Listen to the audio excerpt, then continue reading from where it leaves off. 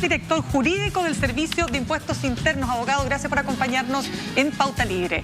Hola, buen día. Muchas gracias por invitarme. Vamos a partir con Alejandra Matus, quien le hace las preguntas desde Nueva York. Buenos días, Cristian. Buenos días, Alejandra. La semana pasada, en este mismo programa, el ministro de Hacienda, Ignacio Briones, ante una pregunta sobre por qué el Servicio de Impuestos Internos toma decisiones como no perseverar en juicios contra contribuyentes aunque los tuviera ganados, o a través del Departamento de Grandes Contribuyentes perdonar todos los años multas e intereses a esos contribuyentes, decía que el Servicio de Impuestos Internos es totalmente autónomo y que a él no le corresponde ni siquiera conocer cómo y por qué se toman esas decisiones. En su experiencia, ¿esa autonomía e independencia existe? ¿Es tal? A ver, lo que pasa es que desde el punto de vista formal existe una autonomía. De hecho, desde un decreto del tiempo del régimen militar, de la dictadura, Impuestos Internos tiene ese carácter de un organismo autónomo, como debieran ser todos los organismos fiscalizadores. En este caso, fiscalizador de impuestos, del cumplimiento tributario. Sin embargo, en los hechos ocurre una situación distinta. Yo creo que, a ver, en el contexto de la situación de los últimos años, quedó claro de que Impuestos Internos no tiene esa autonomía que se declara en la ley.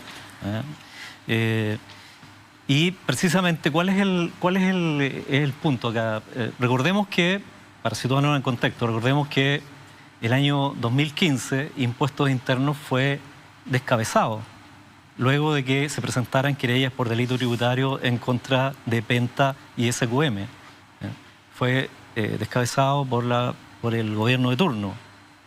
Entonces, en una flagrante intervención política en que la autonomía formal de Impuestos Internos quedó reducida a nada. Luego vino una estrategia, se implementó una estrategia de impunidad para hechos delictuales, para delitos tributarios, en que aparecían vinculados personeros políticos y algunos dueños de grandes empresas. Eso fue lo que ocurrió. Entonces, a ojo de la ciudadanía quedó muy claro que aquí existen dos medidas, dos justicias, una benevolente para aquellos que tienen poder y otra que es mucho más drástica o dura, o que se sanciona de la manera prevista por las leyes cuando son personas que no tienen ese poder.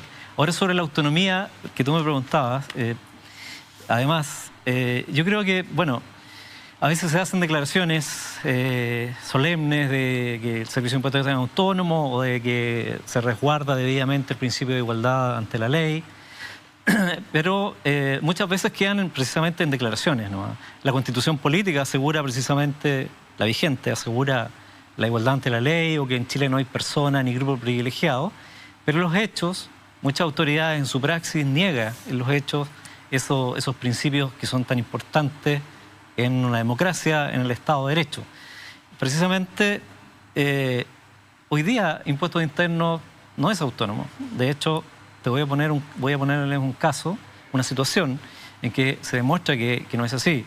O sea, el ministro de Hacienda sabe o debiera saber que los oficios del Servicio de Impuestos Internos, los dictámenes del Servicio de Impuestos Internos, en que se expresa una función muy importante del servicio, cuál es la de interpretar las leyes tributarias, o sea, determinar, por ejemplo, si una actividad está afecta a impuestos o no está afecta a impuestos.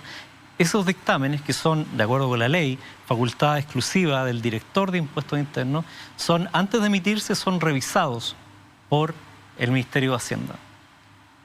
Esa es la situación que ocurre hoy día. Entonces, claramente, quien ejerce en los hechos esa facultad de interpretar las leyes tributarias no es el director del servicio, como dice la ley, como dice el Código Tributario, sino que es directamente el gobierno, el Ministerio de Hacienda.